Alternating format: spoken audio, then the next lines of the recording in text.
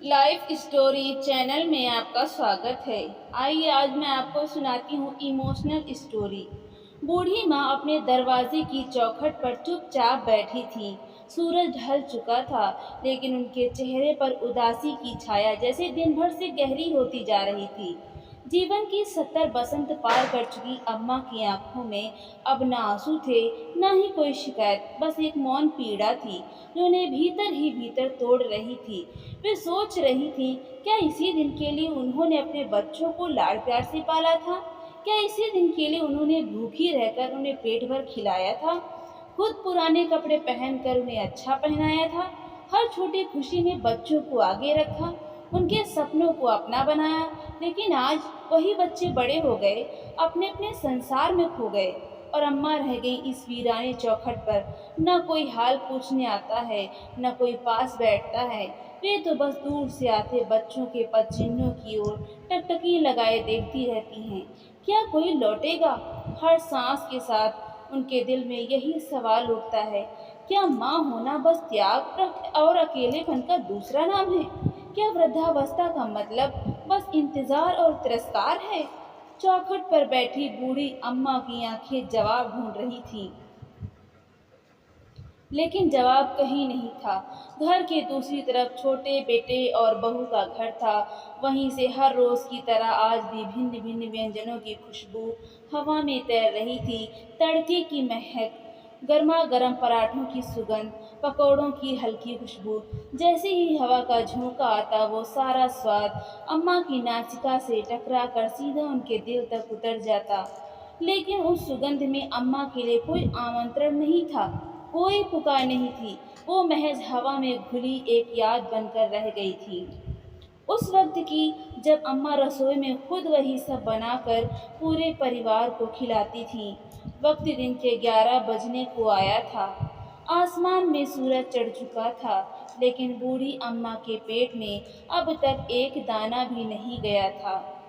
सुबह की चाय भी किसी ने नहीं पूछी।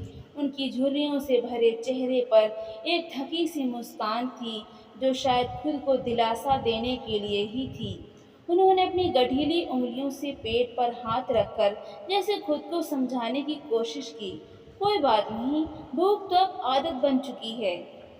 उनकी आंखें बार बार उस ओर उठ जाती जहां से कोई आने की उम्मीद होती, कभी छोटे बेटे की, कभी बहू की, कि शायद आज उन्हें याद आ जाए कि इस घर में एक बूढ़ी माँ भी रहती है। लेकिन हर बार उम्मीद टूट जाती।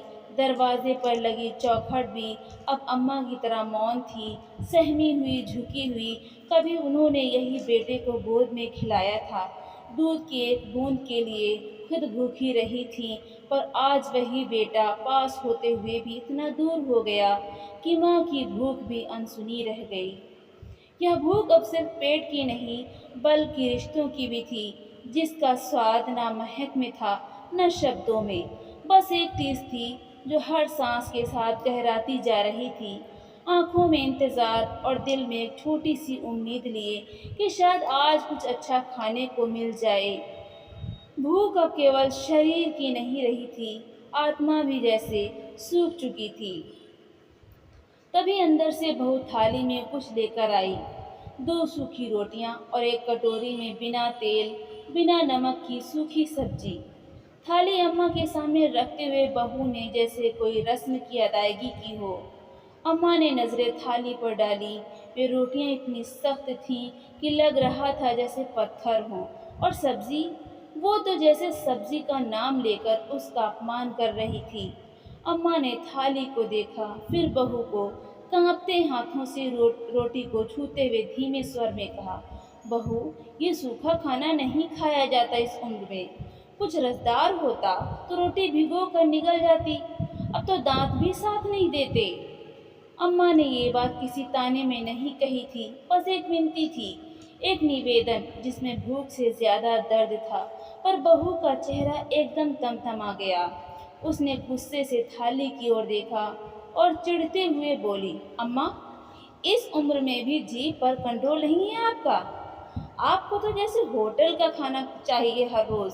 हम भी इंसान हैं, नौकर नहीं जो आपके लिए रोज अलग से पकाएं। ये शब्द अम्मा के सीने में किसी नश्तर की तरह उतरे। उनकी झुर्रियों से भरी आंखों में नमी उतर आई।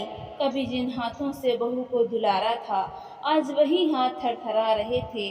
उन्होंने थाली की ओर देखा, रोटी को तोड़ने की कोशिश की, पर हाथों ने साथ नहीं दिया।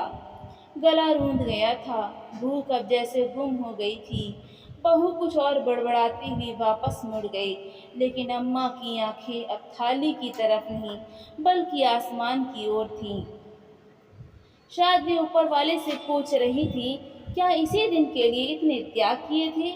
उनका मन भर आया था, मगर उन्होंने आंसू नहीं बहाए। वे आंसू तो कब के सूख चुके थे, जैसे आज की सब्जी। उन्होंने धीरे से थाली को एक ओर खिसकाया और वहीं चौखट पर पीठ टिकाकर आंखें मूंद ली।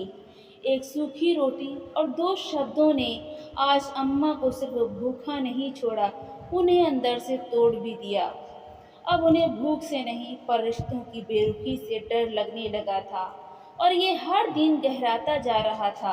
अम्मा ने जैसे ही सूखी रोटी का पहला निवाला किसी तरह मुंह में रखा और ऊपर से पानी पिया, उनके गले में वो निवाला ऐसे अटका जैसे कोई बोझ हो जो निगलते नहीं बन रहा।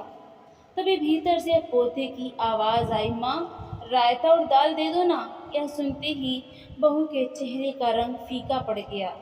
अभी कुछ ही देर पहले उसी मुंह से अम्मा को यह सुनना पड़ा था कि इस उम्र में भी जी पर कंट्रोल नहीं है आपका।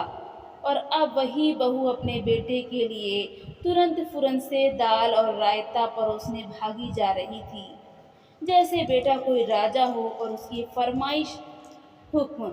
अम्मा ने यह सब सुना, महसूस किया, और ना चाहते हुए भी उनकी आंखें भर आईं। उन्होंने अपनी नम आंखों से थाली को देखा, फिर पोते की आवाज़ की ओर। उनके मन में दर्द की एक लहर उठी और वे अतीत की दुनिया में खो गईं। अम्मा यानी कमला जी और योगेश्वर जी का नाम कभी गांव में बड़े आदर से लिया जाता था। उनका घर किसी हवेली से कम नहीं था।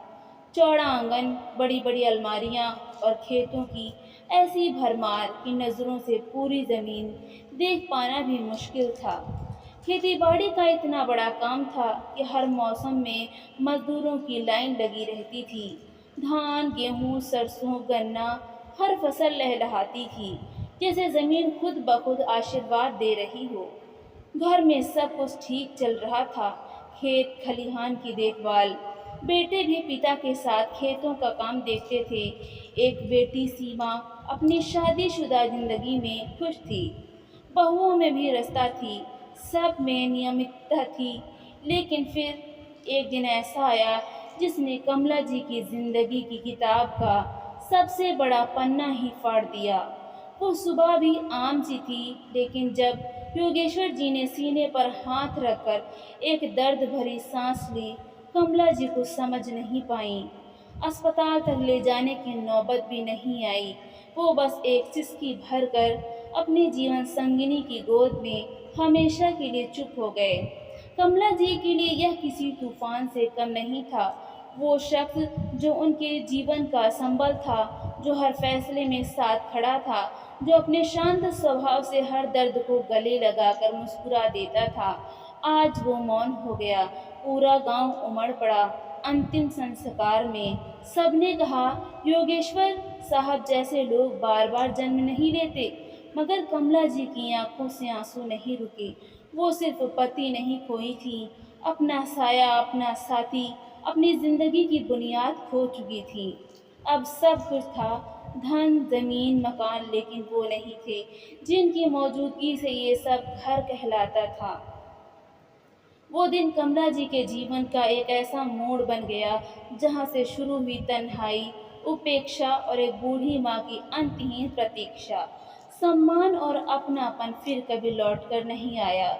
योगेश्वर जी के जाने के बाद कमला जी के जीवन में जैसे कोई स्थायी अंधेरा उतर आया।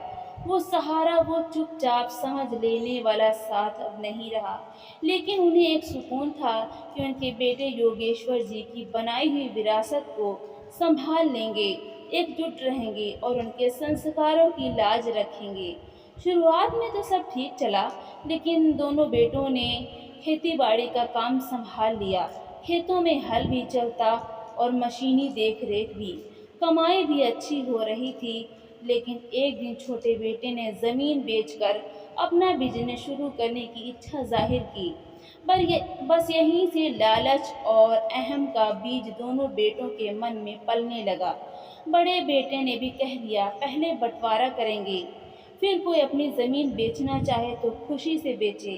पहले छोटे छोटे मतभेद हुए, खेत की मेड़ को लेकर, मजदूरों की मजदूरी को लेकर, फिर व्यापार के लाभ हानि को लेकर। जो बातें कभी हंसी में टाल दी जाती थीं, अब तानों और कटाक्षों में बदलने लगी। घर के भीतर भी माहौल बदल गया। बड़े बेटे की बहू को लगने लगा कि छोटा बेटा फायदा उठा रहा है, और छोटे बेटे की पत्नी को हर बात में साजिश नजर आने लगी। न चाहते हुए भी कमला जी को वो फैसला लेना पड़ा जो उन्होंने कभी अपने जीवन में सोचा भी नहीं था।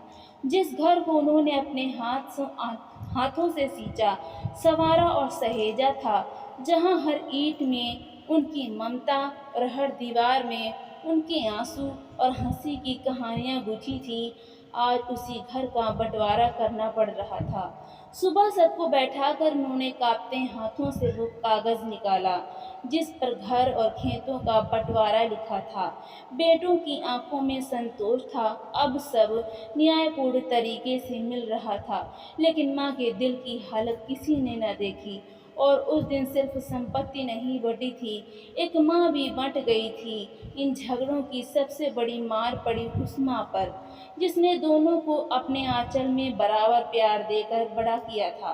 बंटवारे के बाद पहली बार कमला जी ने घर के आंगन को देखा तो आंखों से अश्रुओं की धार बह निकली। वो आंगन जहाँ कभी भाई भाई साथ खेलते थे, अब दो हिस्सों में बट गया था, और उसकी सबसे बड़ी कीमत एक माँ ने चुकाई थी, जिसने जीवन भर सिखाया था कि बांटना इंसानियत है, लेकिन आज वही बांट दी गई। माँ के हिस्से एक छोटा सा कोना आया। अपनी नियतिमान एक टीन का संदूक और कुछ कपड़े लेकर अम्मा एक कोने में सिमट गई। अम्मा यानी कमला देवी की जिंदगी अब एक शांत तालाब की तरह थी, ऊपर से स्थिर पर भीतर अनगिनत भावनाओं की लहरें चलती थीं। जीवन का अंतिम पड़ाव चल रहा था। बेटी सीमा कभी कभार जरूर आ जाती थी माँ की तबीयत पूछने। उसके मन में आज भी वही ममता, वही अपनापन था, लेकिन वह भी विवश थी। उसका ससुराल, उसकी जिम्मेदारियाँ और यहाँ आने पर जो बेरुखी उसे मिलती, वो दिल तोड़ देती थी। घर की बहुएं ना तो चाय पूछती न पानी। सीमा खुद माँ के लिए कुछ बना लाती, लेकिन माहौल में ऐसी ठंडक होती कि उसका मन ज्यादा देर टिकता नहीं। कमला देवी बेटी की आंखों में छुपे सवालों को पढ़ सकती थी। माँ, आप सब कुछ कैसे सह लेती हैं? लेकिन अम्मा बस मुस्कुरा देती, एक थकी हुई मुस्कान जो बहुत कुछ कहती थी, लेकिन सुनने वाला कोई न था। उनकी यह तन्हाई अब सिर्फ शारीरिक नहीं रही थी, ये दिल की गहराइयों में उतर चुकी थी। उम्र के इस मुकाम पर जब इंसान को सबसे ज़्यादा अपनापन चाहिए, उन्हें शब्दों में लिपटा तिरस्कार मिल रहा था और वो बस चुप थी।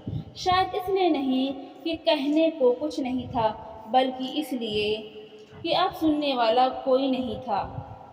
एक दिन दोपहर का समय था। घर में गहरी खामोशी पसरी थी। धूप आंगन को छूती हुई कमरे के अंदर आ रही थी। अम्मा बिस्तर पर लेटी हुई थी।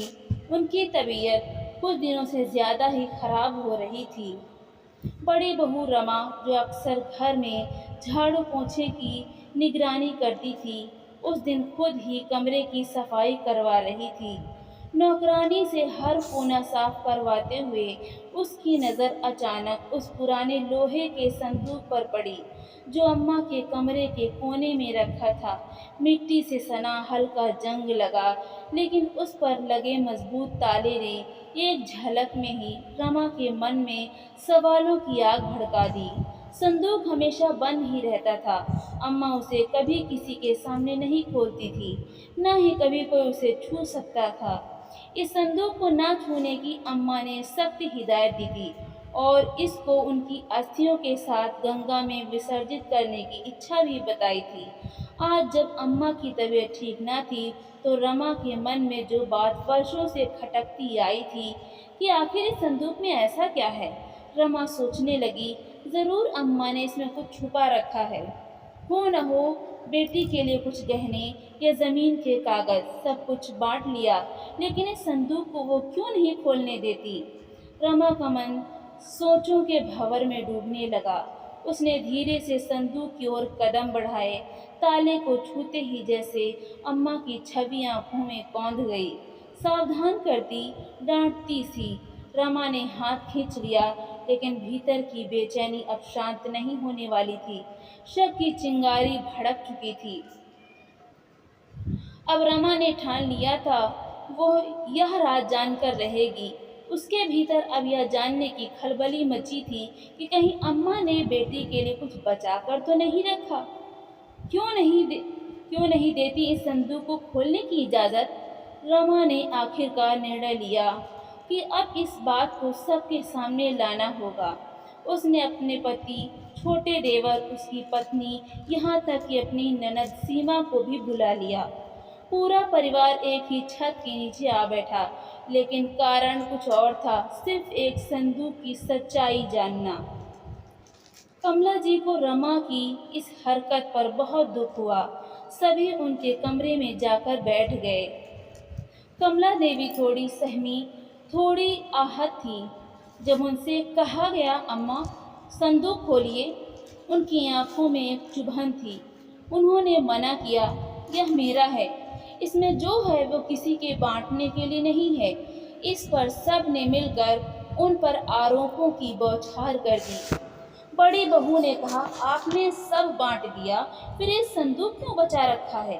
ضرور اس میں کچھ خاص ہے جو آپ اپنی بیٹی کو دینا چاہتی ہیں۔ سیما کی آنکھوں میں آنسو بھر آئے۔ وہ ماں کے پاس بیٹھ گئی اور کہا ماں کیا اب مجھے بھی شک کی نظروں سے دیکھا جائے گا؟ کھول دو ماں صندوق، آپ کی خاموشی اب مجھے چبھ رہی ہے۔ کملا جی اپنی بیٹی کی آنکھوں میں نہ دیکھ پائیں۔ بیٹی کا درد اور وہ بے چینی انہیں بھیتر تک توڑ گئی۔ ان کا ہاتھ کانپا، انہوں نے تالے کی چابی نکالی اور دھیرے دھیرے صندوق کھولا۔ نہ چاہتے ہوئے بھی جب اماں نے صندوق کھولا تو کمرے میں جیسے ایک سناٹا پسر گیا۔ سب کی نگاہیں اس پرانے جنگ لگے صندوق پر ٹکی تھی جس پر برسوں سے تالا لٹکتا آیا تھا۔ اس دن پہلی بار اماں نے کانپتے ہاتھوں سے اس تالے کی چابی نکالی جو ہمیشہ ان کی چولی کے اندر باندھ کر رکھی جاتی تھی۔ کمرے میں بیٹوں کی آنکھوں میں اتسکتا، بہوؤں کی آنکھوں میں لالچ اور بیٹے کی آنکھوں میں دکھ کا بادل تھا۔ بہوؤں کی نظریں صندوق کے بھیتر کسی بہمول وستو کی تلاش کر رہی تھی اور بیٹی وہ ماں کے چہرے کو دیکھ رہی تھی جیسے جانتی ہو کہ صندوق میں کچھ تو ایسا ہے جو سب کچھ بدل کر رکھ دے گا۔ صندوق پر کاغذ کا بڑا سا بنڈل رکھا تھا۔ بڑی بہو رما نے جھپٹ کر وہ بنڈل اٹھایا، لیکن اماں نے دھیرے سور میں کہا دھیرے، اس میں کچھ ایسا ہے جسے تم سب کا جیون بدل جائے گا۔ دونوں بیٹے بہویں اماں کی بات سن کر حیران رہ گئے۔ رما نے پہلا پنہ راجن کو پکڑایا اور دوسرا راگھو کو اور تیسرا پنہ خود پڑھنے لگی۔ چھوٹی بہو بھی اب بڑی بہو کے بغل میں کھڑی ہو کر پنے کو پڑھنے کی کوشش کرنے لگی۔ دھیرے دھیرے سب کے چہرے پیلے پڑنے لگے، شبد جیسے کنٹھ میں اٹک گئے ہوں۔ ماں یہ کیا ہے؟ راجن کی آواز لڑکھڑا گئی۔ ماں اس میں جو کچھ لکھا ہے وہ کیا سچ ہے؟ چھوٹا بیٹا راگھو خود کو سنیت کرتا ہوا بولا یہ سچ ہے۔ کملا جی کا سور استھر تھا۔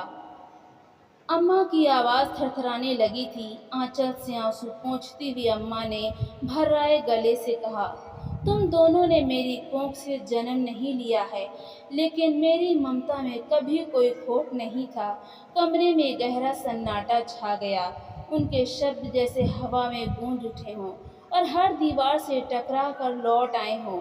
میں نے تمہیں پہلے دن سے ماں کی طرح چاہا، تمہارے ہر آنسو پر میرا دل کانپ اٹھتا تھا۔ जब तुम्हें बुखार आता तो पूरी रात में सिरहाने बैठकर ठंडी पट्टियाँ करती थी।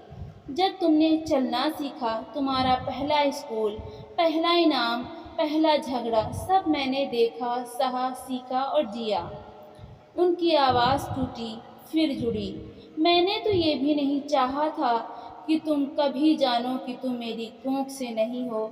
ये राज लेकर ही जाना चाहती थी मैं।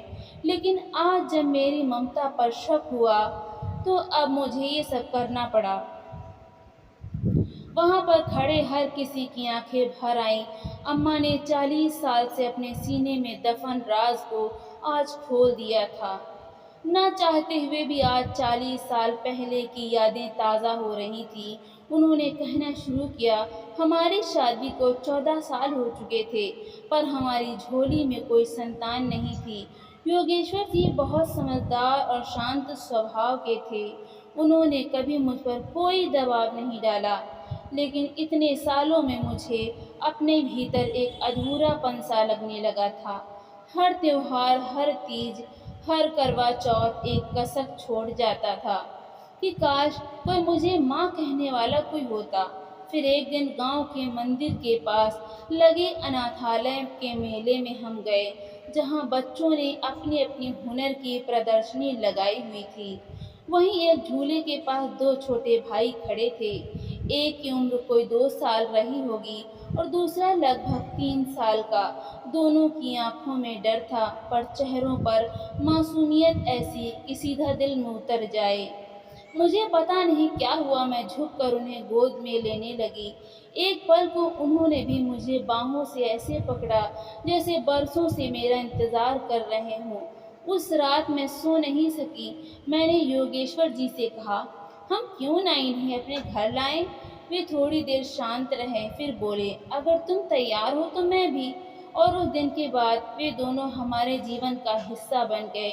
समाज से छिपा कर नहीं, बल्कि पूरे गर्व से हमने गांव के बड़े बुजुर्गों के सामने तुम दोनों का नामकरण संस्कार किया। बड़े का नाम राजन बड़े का नाम राजन और छोटे का राघव। तुम दोनों के आने के बाद इनका काम भी बहुत अच्छा चलने लगा। तुम दोनों के कदम इतने शुभ थे कि तुम्हारे आने के 2 साल बाद ही सीमा मेरी कोख में आ गई।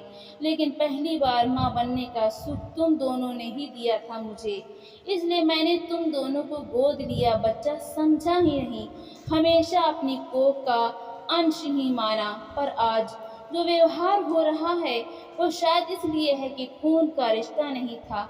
शायद यही सज़ा है मुझे माँ होने की। बेटी की आंखें बूंद बूंद बरसने लगीं। दोनों बेटे जो अभी तक स्तब्ध खड़े थे, जैसे काठ बन गए हों। बहुओं ने एक दूसरे को देखा, लेकिन नजरें झुका ली। राघव जैसे खड़ा ही नहीं रह सका, सोफे पर गिर पड़ा। माँ, आपने हमें कभी लगने ही नहीं दिया कि हम। कहते कहते राजन चुप हो गया, क्योंकि तुम मेरे लिए अलग थे ही नहीं बेटा। मैं नहीं चाहती थी कि ये सच तुम दोनों को पता चले, लेकिन आज जब सच सबके सामने आ गया, तो मैं चाहती हूँ कि तुम दोनों सच को अपने दिल से देखो और इसे दिल से स्वीकार करो। हमने आपको वो तकलीफ दी और आप। राघव ने गालों में लुढ़क आए आंसू साफ करते हुए कहा, मैं माँ थी बेटा, ममता कीमत नहीं लेती, बस देती है। पर आज जो सच्चाई तुमने जानी है, इसको दिल से मत लगाना, बस मैं यही चाहती हूँ। कमरे में सिसकियों की आवाज़ें गूंजने लगी। राघव ने माँ के पैरों में सिर रख दिया। माँ, अब हम फिर से आपके बेटे बनेंगे। अम्मा की आंखों से निकले सत्य के आंसू और उनके शब्दों की गरिमा ने पूरे घर का वातावरण बदल दिया था। वर्षों से जो रिश्ते औपचारिकता में बंध कर रह गए थे, अब वे भावनाओं के धागे से जुड़ने लगे थे। बेटे राजन और राघव, जिनकी आंखों में अभी तक केवल संदेह और स्वार्थ की परछाइयाँ थीं, अब शर्म और पश्चाताप की गहराई से भर आई थी। वे दोनों माँ के सामने झुके, फिर धीरे धीरे अपनी बहन सीमा की ओर बढ़े, जो एक कोने में खड़ी होकर सब कुछ देख सुन रही थी और भीतर ही भीतर टूट रही थी। राजन ने बढ़कर सीमा का हाथ थामा और कहा, बहन, हम बहुत गलत थे। तू हमारी बहन नहीं, माँ की परछाई है। اور اس گھر میں تیرا وہی ادھیکار ہے جو ہمارا ہے۔ راگھو کی آنکھیں چھلک رہی تھیں۔ اس نے بھی سیما کو گلے سے لگا لیا اور کہا، آج تک ہم تو سے الگ تھلگ رہے، لیکن اب سے یہ گھر جتنا ہمارا ہے اتنا تیرا بھی ہے۔ ماں نے جو ہمیں دیا وہ سب تو بھی برابری سے پائے گی۔ سیما کی آنکھوں سے اشر دھارا بہہ نکلی۔ وہ ماں کی اور دیکھتی ہے۔ بھائی، مجھے کوئی حصہ نہیں چاہیے، بس آپ دونوں کا ساتھ اور پیار چاہیے، ساتھ چاہیے اور ہنستی کھیلتی ماں چاہیے، بس یہی میری سب سے بڑی سمپتی ہے۔ اماں مسکرائیں، آنکھوں میں گرو کی چمک تھی۔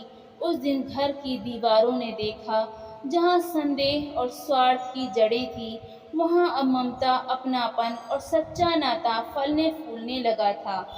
اماں چپ چاپ سب دیکھ رہی تھی، جیسے سالوں کا بوجھ آج اتار دیا ہو۔ ان کی آنکھوں میں پیڑا نہیں تھی، بس شانتی تھی۔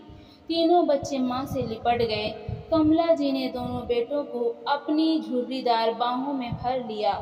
دھیرے دھیرے ان کی پکڑ ڈھیلی ہوئی اور آج اماں پوری طرح سے شانت ہو گئیں۔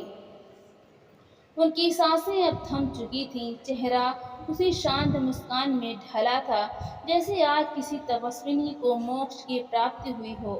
ماں چلی گئی تھی، لیکن جاتے جاتے سب کو ایک آئینہ دکھا گئیں۔ اب بیٹوں کے پاس اپنی غلطی سدھارنے کے لیے ماں نہیں تھی، صرف یادیں تھیں، افسوس تھا اور ایک خالی چوکھٹ جہاں کبھی ایک ماں بیٹھا کرتی تھی، ہر آتے جاتے کو آشیرواد دیتی اور ہر دکھ کو مسکان سے ڈھک لیتی۔ اب وہ چوکھٹ بھی اکیلی تھی۔